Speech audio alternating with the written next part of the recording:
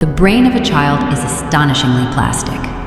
In the first years of life, billions of neurons reach out, pruning and strengthening connections based on experience. A soothing voice, consistent care, and safe touch teach the brain that the world is predictable and secure. Neglect, chaos, or abuse, on the other hand, wire the opposite story, one of danger, unpredictability, and mistrust. Take the amygdala, the brain's fear center. In children raised with chronic criticism or emotional neglect, the amygdala often becomes hyperactive. They learn to scan constantly for threat, the frown on a parent's face, the silence that precedes anger. This same vigilance can carry into adulthood as anxiety, perfectionism, or low self-confidence.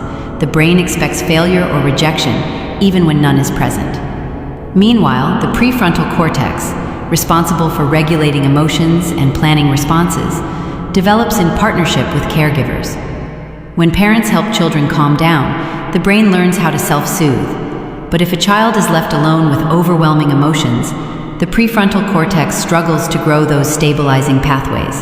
As adults, this can show up as difficulty controlling impulses or as shame spirals that feel impossible to escape.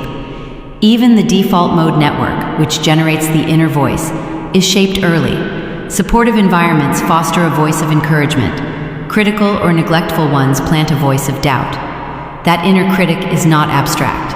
It is neurons rehearsing words once spoken by others, looping them until they feel like your own. So when someone lacks self-confidence, it is not weakness or character flaw. It is the echo of early neural patterns, the brain replaying lessons it was taught about safety, worth, and belonging. The good news is that the brain remains plastic across life. Therapy, relationships, and new experiences can rewrite those pathways.